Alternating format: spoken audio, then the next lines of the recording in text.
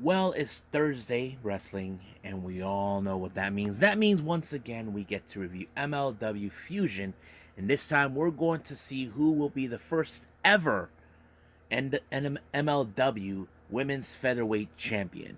And of course, we got NXT UK, as you know.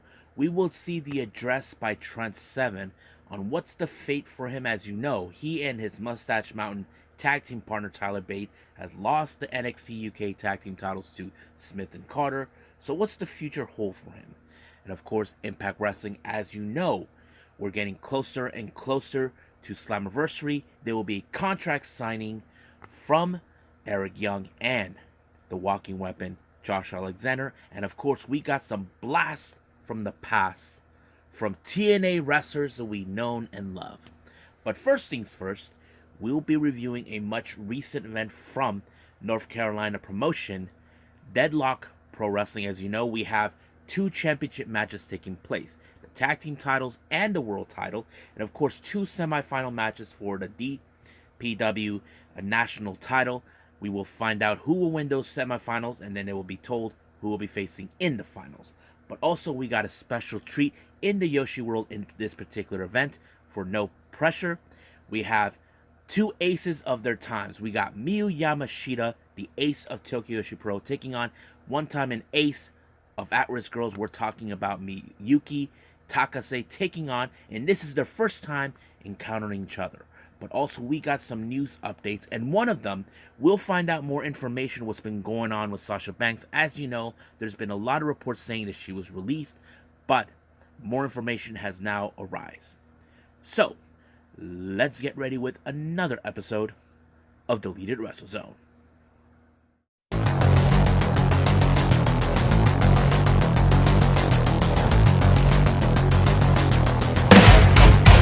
Are you ready?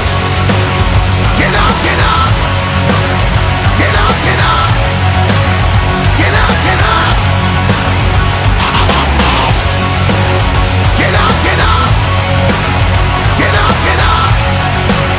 Get up, get up!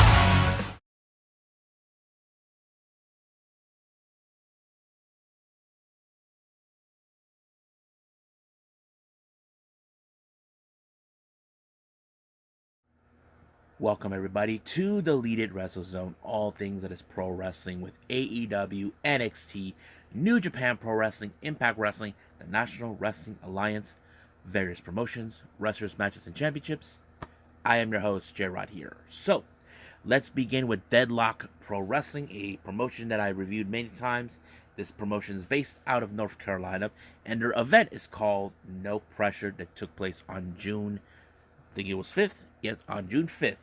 Now, opening match, we have, of course, Alex Coughlin taking on JD Drake. Now, this is a much amazing match. Now, we've seen Alex Coughlin time and time again, how impressive he's been taking on bigger competitors. Keep in mind, his match that with JR Kratos, it was amazing, and now we get to see with the blue collar. Now, you could say this is going to be a big challenge for him. We've seen JD Drake what he can do in the ring, but however, Alex Coughlin picked up a huge victory over him with a German suplex, and 1, 2, 3, good night, JD Drake. But in the end, JD Drake gave him his respect, knowing he is an amazing wrestler to watch. We definitely love Alex Coughlin for what he can do. Now, our next match is part of the DPW National Title Elimination Semifinals. The first one, we have Mason Miles versus Kevin Koo. Now, these two guys are almost similar from what I saw in this match. They're both hell of a technical wrestlers, even though I just love what they can do. Now, these two guys do have a bit of the technical aspect in their repertoire, but the real question is who will walk out as the victor. To me, I felt it was going to be Kevin Koo because I've seen him so many times on various promotions, not only in MLW in the past. I've seen him in Black Label Pro. I've seen him in other ones I've seen over the time. But it was him who picked up an amazing victory going to the finals. Now, our next match we have is the DPW Tag Team titles between Chase Holiday and Sean Kemp, taking on NDA, consistent of Chance Riser, Patrick Scott, along with that Weasel, Chris Danger. As you know, Chris Danger was the reason these guys became tag team top champions. But of course, during this entire time, Danger, sticking his nose where it didn't belong, thought it could help them to ensure they win the match quicker. But it did not do any well.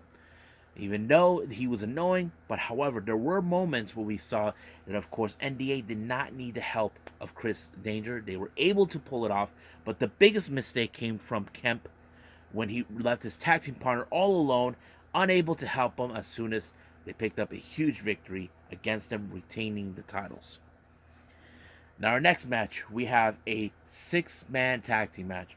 Team number 1, Lucky Ali, Jay Malachi, and BK Westbrooks versus Donnie Ray, Ken Bandit, and Andrew the Giant Everett. Now, this was a pretty good match. I think I was impressed by mostly the cohesiveness with Donnie Ray, Kid Cudi, and Andre. But with Lucky Ali, Jay Malachi, and BK Westbrook, it's all about ego in their repertoire, trying to see who will take the glory in this match. And that kind of tells us there's no cohesiveness. But however, it was mostly Jay Malachi who wanted to take much of the credit. But because of that, he messed up. He got pinned by Everett. And of course, Everett, Kid, and of course, Ray picked up the huge victory. But however, in the post-match, Wes Brooks and Lucky Ali beat the crap out of him, trying to leave him them, but the winning team decided to return to help Jay Malachi. As you know, Jay Malachi cannot believe this happened, but it did. Now, our next match is the other semifinal match for the DPW national title. We have Colby Corino versus the heavyweight hustle, Calvin Tagman. Now, this is another matter of David versus Goliath, but this one, I have to say, it was a very hard-hitting match. We've seen Calvin Tagman, what he can do. Colby Corino, we know the same thing. He uses methods that would help him get through shortcuts. But when it comes to heavyweight hustle, you know this guy will do whatever it takes to win. I'm not talking about cutting through, but using all that power that he has that makes him a heavyweight. And of course, it was through him who picked up a huge victory against Colby Corino. Now, our next match, this one is the one I've been waiting for.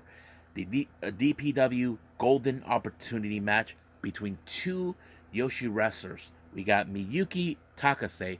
She was once an ace of Actress Girls, taking on the ace of Tokyo Pro, Miyu Yamashita. This is very interesting. From my understanding and from what the commentators expected and what they said, this is the first time these two have ever come across each other. Now, some of you may ask, really? If you guys ever noticed, none of the wrestlers from Yoshi wrestlers from Tokyo Pro ever wrestled outside of them. Basically, there is no crossover. I've always wondered why Tokyo Pro never participated in that event at Korakuen Hall where the other Yoshi promotions were involved, like Stardom, Ice Ribbon, Sendai Girl, Marvelous, Diana, Just Tap Out. Those were promotions that were involving Yoshi wrestlers, but Tokyo Pro was the only one not involved in one way or the other. But I don't know. But I have to say, this encounter between these two was amazing. There was a moment where, of course, where Miyuki Takase was demanding that Yamashita kicks her in the back, like asking for more, like Oliver Twist. Please, sir, I want some more. So the more she was kicking, but however, as soon as that happened, she chopped Yamashita, and I thought it was insane, but it was great. But the biggest moment is when Miyu Yamashita used that amazing kick to knock her out. 1, 2, 3. Good night, Miyuki Takase. Picked up an amazing victory, but it was a great match. I have to say, unbelievably. I don't think this is the first. I think this is going to be possibly the only time we ever get to see those two ever come across each other. As you know, Miyu Yamashita, she's dedicated with Tokyo Pro. Miyuki Takase, she's a freelancer in Japan. So we'll just keep tabs on those two and you'll see what happens then. Now, our main event is the DPW World Championship between Matt Cross, a veteran in the independents and in wrestling, taking on Bojack. Now, this, I have to say this is more of a pound for pound brawling match. Bojack is a huge dude, but Matt Cross, he does not back down to nobody, even if he has to face a bigger dude than him. But that's how it rolls. He took out a very good match until Bojack pinned him 1, 2, 3, good night. So I have to say it was a pretty good show. I liked it. Mostly I did like the match between with the Yoshi wrestlers because, like I said, this is the first time those two ever come across each other. But we will get rare matches like this in the future. But I think that's pretty much it. The next event of DPW will take place next month. But for now, I believe let's move on to the next review. Will it be MLW Fusion?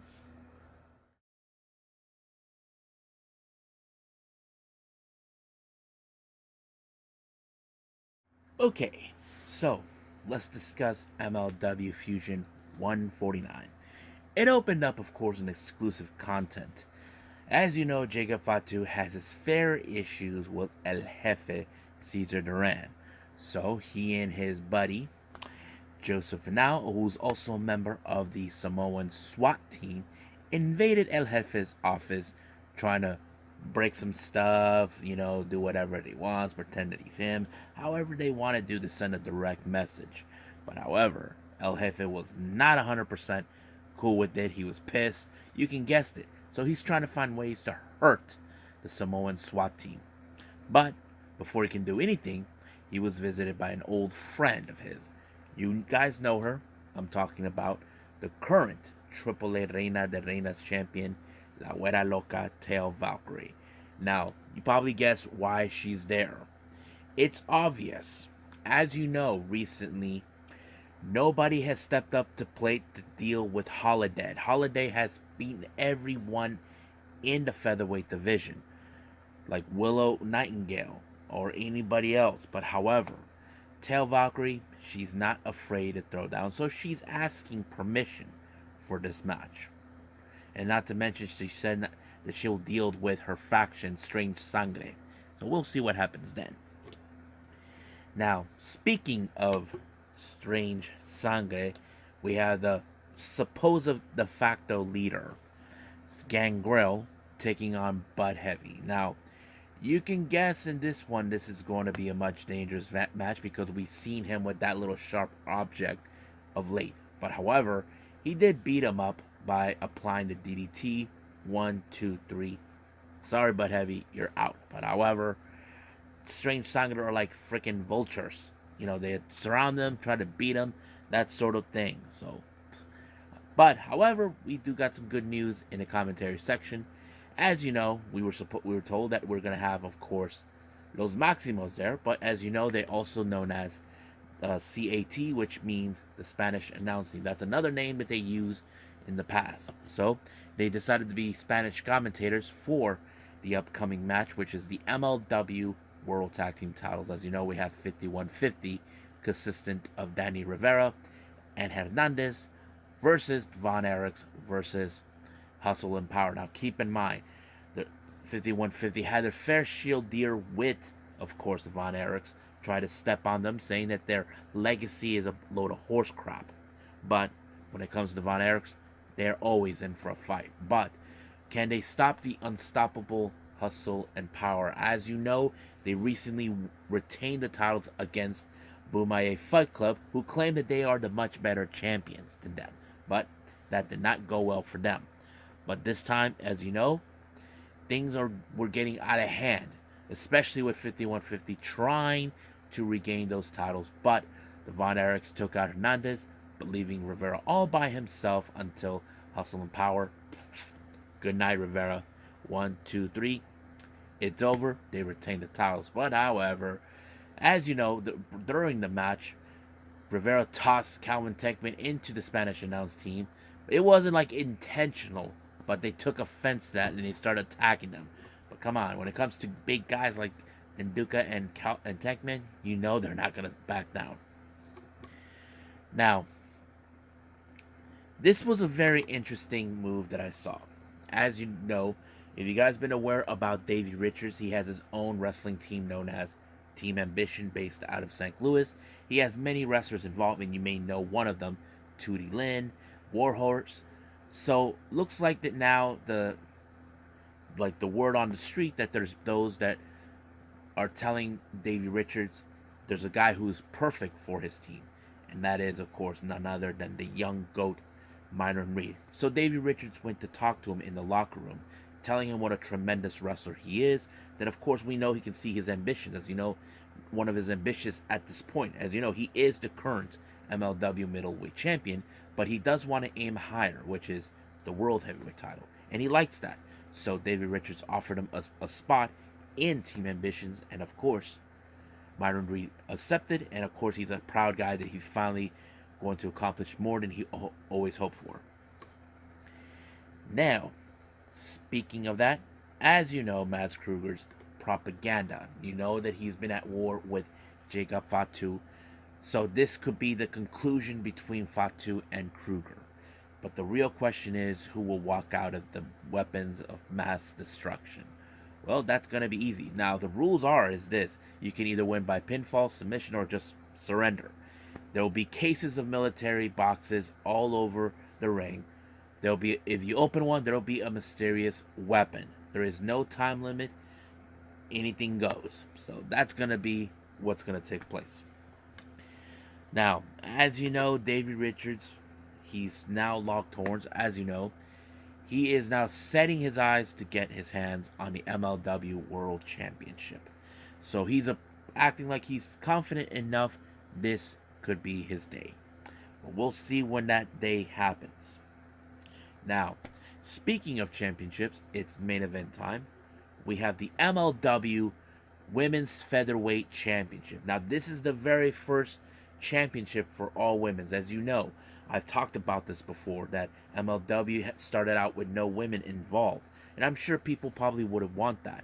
Now, we did have some women involved in the beginning, like on certain times. We had Priscilla Kelly and Zeta Zhang, but things didn't go well for that until they started building up better.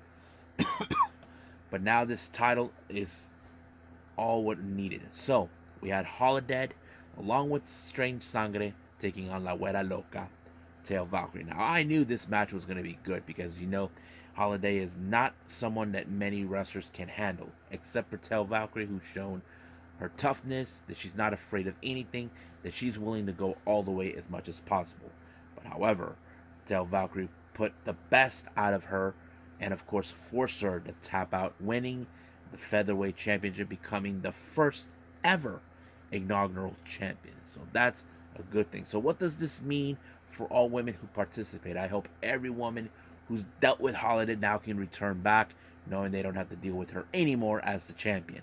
So basically, we will see Tail Valkyrie as a two-time champ, as a double champion. I highly doubt we'll see that title in Impact Wrestling or anywhere else, but we'll see about that. So I think that's pretty much it. So I believe let's move on with NXT UK.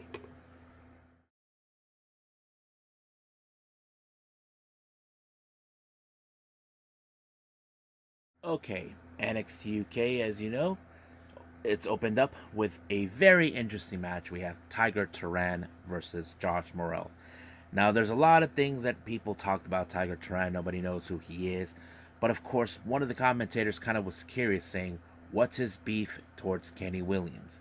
As you know, Kenny Williams had made a lot of enemies since his time in NXT. So we just don't know what it is. But however, Tiger Turan was very impressive. But however, apparently the match did not go exactly how we expected. The match had to be stopped for a second. Looks like that Josh Morrell was hurt. So the doctors check up on him. It looks like they had no other choice but to stop it completely and give the match to Tiger Turan. So this was done by the ref's decision, knowing that Josh Morrell could not continue. Now, it's been a while since we've seen the one and only Blair Davenport. As you know, she was out of action for quite some time. As you remember, she was involved in a championship match that put her out in the shelf for a while, and where she landed badly with her leg or knee or whatever it was. I don't remember. I've seen it, but the match had to be stopped, and the match was passed on to Meiko Satomura. So there is no doubt in my mind that right now her sights will be the NXT UK Women's Championship. But the real question is, when will that happen? Will she have to start from the bottom, or send a message to the entire women's locker room. Now, our next match, we have Maya Grace versus Last Legend. Now, I want to put this on record for everybody. I messed up. I thought it was Stevie Turner that confronted her, but no, I was mistaken. And this time I can say, yes, I was wrong. So, give myself a head slap for that. But anyway, Maya Grace was really impressive, despite the fact that she's a bit more shorter than Lash Legend. Now, keep in mind, Lash Legend's presence in NXT UK has been causing a problem. All the women in the locker room don't like her because she thinks this is all about her. So that kind of tells us they don't like her. She just thinks that she's a much bigger star than everyone else. I mean, there are good wrestlers and stars in NXT UK. No, get me wrong.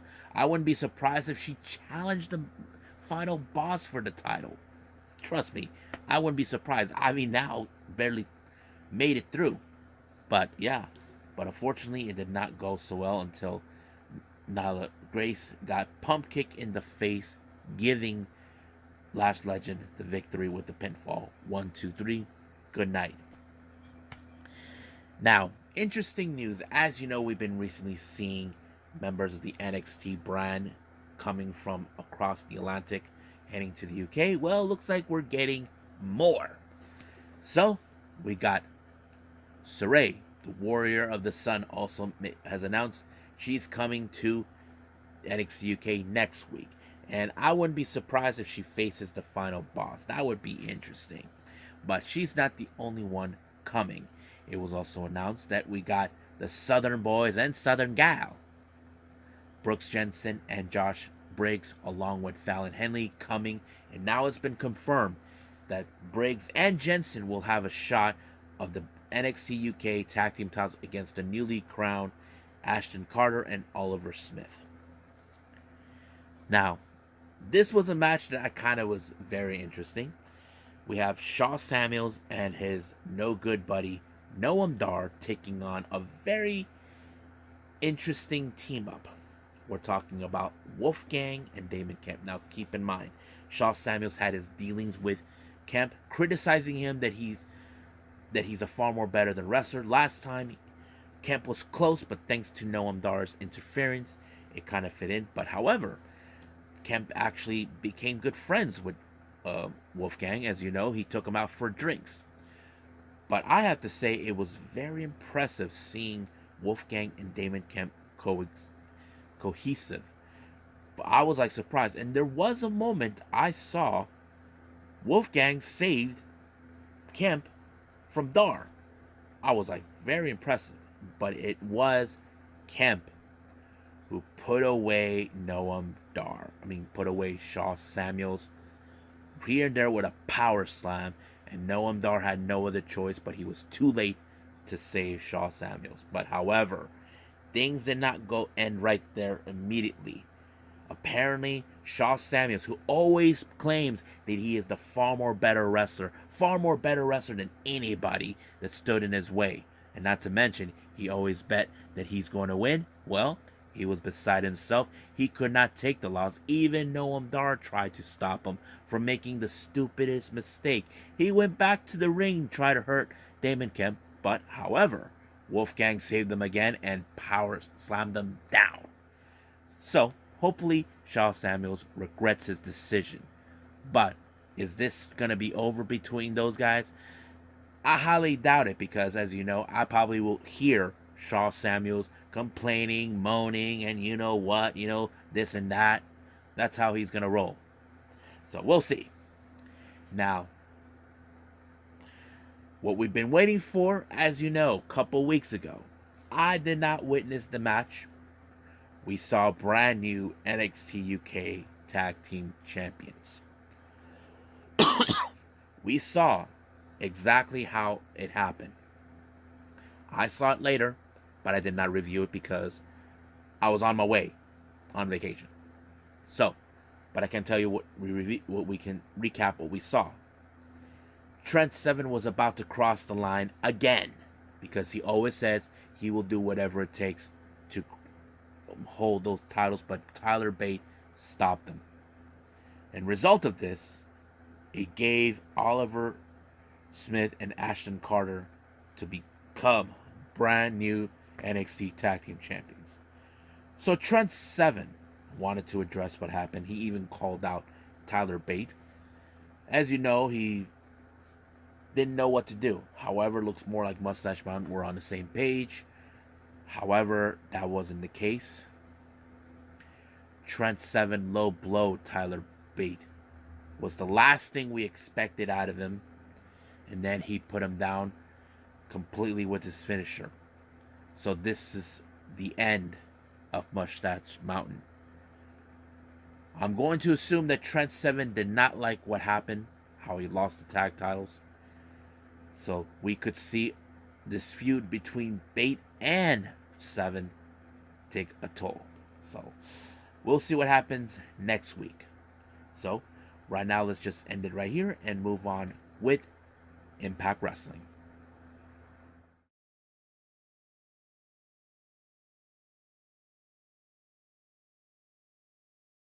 Okay, so our last review is Impact Wrestling. So let's get started. And this is also the go home show before this Sunday's Slammiversary. It opened up with Knockouts Tag Team match. We have Savannah Evans and, of course, the Knockouts champion Tasha Steelz to take on Mia Yim and Jordynne Grace. Now, keep in mind, Mia Yim has been on the thorn of the side of Tasha Steelz because of this. Apparently, ever since Mia Yim made her return, Tasha Steelz thought it was a load of crap that she came back because she wanted Savannah Evans in the Queen of the Mountain. But, however, Gil Kim made it perfectly clear this is only for current and former Knockouts champions. But the match was pretty interesting because, as you know, when we get to Sunday, it is going to be every woman for themselves, knowing that they will be facing each other in this match. However, I did like how they were able to isolate Savannah Evans away from Tasha Steelz when she was knocked out thanks to Jordynne Grace. But, however, things didn't go well. There was a misfired by Jordynne Grace to Miriam that allowed Tasha Steelz to win the match. But, however, she believes that there is no way this title will be off her. But you may never know because, as you know, there are others who would definitely want. And, of course, during this entire match, we had Deonna Purrazzo and Chelsea Green watching. However, they were interviewed saying that, of course, that they will be working together. But, however, when it comes to those two, there can only be one queen. So basically, it's every woman for themselves. Now, we have another interview that was conducted. As you know, Impact Wrestling is going to be celebrating 20 years of history. We just saw the return of Wes Briscoe and Garrett Bischoff, formerly of Aces and Nate. If you guys remember that particular faction, they were the one faction that caused a lot of problems with Impact in the past. However, their presence caught the eye of none other than Honor No More, who claimed that they were their generation and now they're the ones who are doing it. But however, they got into their faces. But of course, Aces and Nate ran into an old familiar face, the vice president of Aces and Nate, currently working with Impact. And that is none other than D'Lo Brown. So D'Lo, as you know, set up a match for them to be part of. So that is pretty interesting to be in. But later on, when the match was officially done, D'Lo Brown was wearing the colors of Aces and Eight. Now our next match, this one was one of the most impressive but amazing matches I've ever seen. Even though these two individuals will be part of the Ultimate X match in Slammiversary, I have to say, wow. Trey Miguel versus Mike Bailey. I did not anticipate this was going to be that good, to be honest. You know, too many moves, too many spots. I have to say it was amazing. But however, I did not anticipate that Trey Miguel was going to walk out as the victor. And this is Mike Bailey's first singles loss so far. As you know, ever since he made his appearance here in the United States after not able to work here for 5 years, it was more like he's trying to make up for lost time. But this time he loses this match. But I wouldn't be surprised if somehow he asked for this match again to, how to say, make up for that one. We don't know for sure if that's going to be in. Now, our next match, we have Alicia along with Giselle Shaw taking on Masha Slamovich. Now, I don't know what happened in the previous Impact show that I witnessed. As you know, I was apparently they're saying that Masha showed up with a picture of Alicia with blood, and of course, Giselle tells her, "Oh, she's out to kill you." And it looks like that match kind of went in that direction. Masha really, really took out Alicia. I did not think. I think it went quicker, but what do I have the feeling that Giselle's gonna take matters in her own hands against Masha Slamovich? That's what I think. Now, as you know, we saw the reunited of Rosemary and Tail Valkyrie, but however, I don't know how Rosemary's feeling. Like she feels like, I don't know. Does she feel like she was abandoned by her? I don't know, but they will have a shot of the Knockouts tag team titles, so that is something we definitely got to see. Now, our next match, we have Bullet Club, consistent of Chris Bay and Jay White, taking on the Briscoes, but the Good Brothers, along with Hikuleo, were there watching on. Now, the Good Brothers claim, yes, the Briscoes are, but them them being Impact Tag Team Champions don't count. They act like nothing they did in Impact matters, but of course it does to the fan base. But they were honestly believed in the Bay and Jay White were going to walk out as the victors to send a direct message to the Briscoes that sooner or later those tag titles will be going home with them. But however, it was the Briscoes that overturned this into their favor to win the match, setting a shockwave. Now you can tell that when it comes to Bullet Club losing, it doesn't sit well with them, but luckily, the Briscoes are the most toughest SOBs on the planet. Now, I don't know if I never heard of this before, but someone please try to tell me what this is. As you know, in Slammiversary, we're going to have a lot of good things taking place. There's this thing called the Reverse Battle Royal. I never heard of it. I don't know how that works. I just don't know. I may have to watch it and see what happens. But speaking of that, Raj Singh and Shera saying that they're going to dominate the entire Reverse Battle Royal. But however, Johnny Swinger, oh my god, he thinks he knows what this is. You can look on the face of Raj Singh, he's like, what the hell are you talking about? So that kind of fits into that. But of course, Shera and Raj are like, you know what? We're going to not waste our time. You'll see what it is until we get there. So I think it's more like it's better to save it for another time and show you how that works. But yeah. Now, as you know, for Impact Wrestling, we have people from the past making their way. We already have Frank Kazarian and the Motor City Machine Guns involved against Honor No More. They'll be facing. They added a new member in the mix, and this is, of course, someone you guys know. He had a different name at the time. I'm talking about Nick Aldis. So he was known as Magnus back then, but him coming for this is going to be great. But however, the only wrinkle here, they only need one more member. If they can find someone in time, we complete.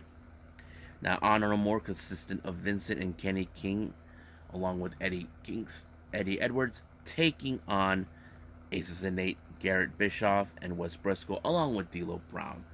So practically this match kind of went into that direction. But however, like always, we see Aces and Nate tries to cheat their way through in order to win, and that's exactly what happened. But as you know, D'Lo Brown hasn't forgotten what Honor No More did to them last year when he didn't do nothing wrong, but they decided to beat the crap out of him and send him to the hospital. But D'Lo Brown took matters in his own hands to fight back. But however, Matt Taven and Mike Bennett showed up to take him out. But however, Kazarian and the Motor City Machine Guns came out to the save, and it was right there the perfect opportunity for that. Now, we get to the Impact Wrestling contract for the world title. Eric Young, as you know, he thinks He tells everybody that, I don't give a damn about you. I don't give a damn, that he believes that things will be going his way, that he will be the one to lead the future. Now, as you know, Josh Alexander has always been the guy who always claims he wants to be the face of the company. And he's not wrong.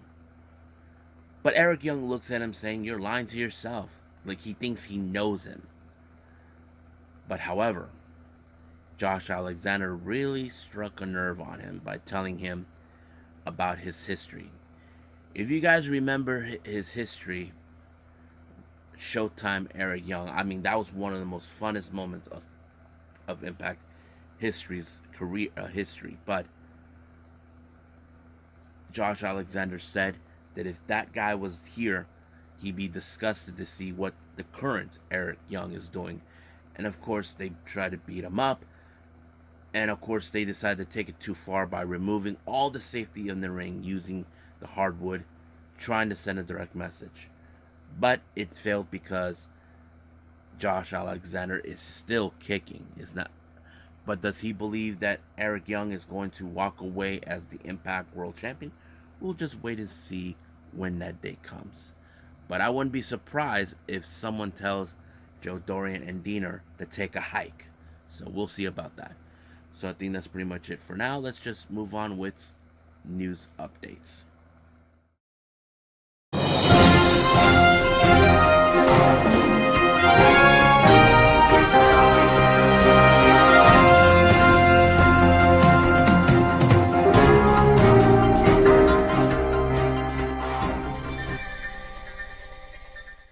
Okay, as I mentioned before, more information what's been going on with Sasha Banks. I did mention on the last episode that there was a report that's saying that Wrestle Inc. confirmed that Sasha Banks was, of course, released from the company. But however, Sean Rossap of Fightful Select had a little talk with Raj, and of course, had talk with the sources within WWE saying that they didn't know anything about it. So basically, but however, there's the thing that they're saying they cannot either confirm or deny this report coming in. So we don't know for sure if that's the case. But however, now it's been revealed that it appears that Sasha Banks' lawyers are trying to get her out of her contract. Now you probably say to yourself, is it possible? To me, it could be a possibility, but to me, I feel that maybe there's going to be a bit of a sacrifice. More like, what if WWE doesn't want her back ever again for her behavior? Now, keep in mind, this is not the first time she walks out. Remember what she did. When they became the inaugural, her and Bayley became the inaugural women's tag team champions, they were not satisfied how things went down before losing the titles. Now this is the same thing again. But I don't know. We'll just wait and see what's going to happen. So we're still waiting on confirmation on that. So we'll follow up. Now this one has came across by Wrestling Inc. I was so interested. It appears there's going to be a movie about the Von Erichs. Now we know the history about the Von Erichs. It all began with Fritz and of course his sons. As you know, that family had a lot of tragedy in their lives, as you know, with, of course, one dying in Japan and 3 of them committing suicide. But of course, the history of Kevin Von Erich, who's the last and only surviving brother of the Von Erichs. It was just reported that Zac Efron, it will be involved in this movie. Now, it's still undetermined about who will he portray, which Von Erich. To me, I feel he should portray Kevin for some odd reason. I don't know. That's my opinion, but I just don't know. But we'll follow up and see what happens. I can't wait to see how this is going to go. Now, as you know, Keiji Mutoh has announced his retirement. I mentioned before. It appears more is coming out. During Cyberfight, Keiji Mutoh had a chance to meet up for the first time ever with a legend that we know of, who's been well known in ECW, WWE, Impact Wrestling. I'm talking about Rob then damn. Keiji Mutoh said that he would like to have a match with him. And he said maybe he would like to put him in one of the 5 matches before his retirement. So anything could be possibility, you know. I mean, if he's never faced a guy like Rob, I say why not? Let's see that happen. I'll make it happen. So come on, Pro Wrestling Noah, make it happen. Now, I failed to mention this on the MLW review. More names have been coming out for the participation of Battle Riot 4. Here they are, coming all the way from Dragon Gate, La Estrella. So I'm excited to see this guy. Then of course we got Mads Kruger, Myron Reed, debuting for the first time, Ken Broadway, Warhorse, and Microman. So I have to say this is a very interesting group of people that will be participating in this. So we'll see what goes down. Now, if you guys aren't fans of Circle 6, well, this just got a little interesting. Not too long ago, Killer Cross was involved in a match with Ricky Shane Page, RSP. Now, as you know, wherever Killer Cross goes, you know who's there by his side, and that is Scarlett Bordeaux. Now, when it comes to Ricky Shane Page, aka RSP, you know who he has in his corner. Either one or more members of 440. And one of them that was accompanying was none other than Eddie Only. Now, as you know, Eddie Only would do what Ricky asked him to do to interfere in the match, but Scarlett Bordeaux had a little fun with him by pulling down his pants and showing his pink undergarments and running away. However, this time he called her out for a match, and he thinks that she has the hots for him. Oh, Eddie, I don't think so, because Karen Cross will kill you. So he wants to make this match happen on I believe June 19th in LA. I'm kind of curious about this, but however, Scarlett Bordeaux responded saying that she's down with it, and she turned this. Well, I don't know how you guys feel. Looks like we're back to the Attitude Era once again. A bras and panties match. This is going to be interesting. So, if you guys are interested, you should definitely. I think they streamed this on Title Fight Network, I believe that's the one. Or Title Match. I don't know. Anyway, that's one of them. But that's going to be a very interesting match to follow. So, I think that's pretty much it on that. Okay. Oh, yeah. One more thing. If you guys are, in fact, fans of ICW, No Holds Barred, they just announced a brand new tour date, some tour dates around. So if you guys are watching, here are the tour dates they set up, starting from this month all the way to December. We have Newark, New Jersey on June 25th. July 1st and 2nd will be at maybe Missouri or Michigan, one of the two. We have July 22nd to the 23rd in Chattanooga, Tennessee. August 20th in Chicago, Illinois. August 27th, Boston, Massachusetts. Then September 10th, back to Newark. October 8th, Los Angeles. October 14th through the 16th in Melbourne, Australia. And then back to Newark on October 29th and December 17th. So if you guys are anywhere in the area, if you guys paid attention, then you know ICW No Holds Bars will be in your location. Now, if you've never seen ICW No Holds Barred, this is where it's more like the deathmatch type of a wrestling show. There are rings involved, or there's no ring at all. So I have to say it's a pretty interesting promotion. I personally enjoyed, and I love it. So I think that's pretty much it right now. So I believe it's time to call it a day. Well, I hope everybody enjoys this episode. As you know, I've been keeping up what's been going on with the news updates. Some things are becoming very, very interesting in the wrestling world. Coming up, we will have AEW Rampage with more of Road Rager and, of course, NXT Level Up. I haven't decided yet what I'll be reviewing, but I'll keep you guys surprised because I know some of you may like the Yoshi stuff and all this and that, but we'll see about that. But for now, I'll see you guys in the next DWZ time. Same DWZ channel. I must bid all of you adieu. So, goodbye. Mwah. And have a nice day. Bang.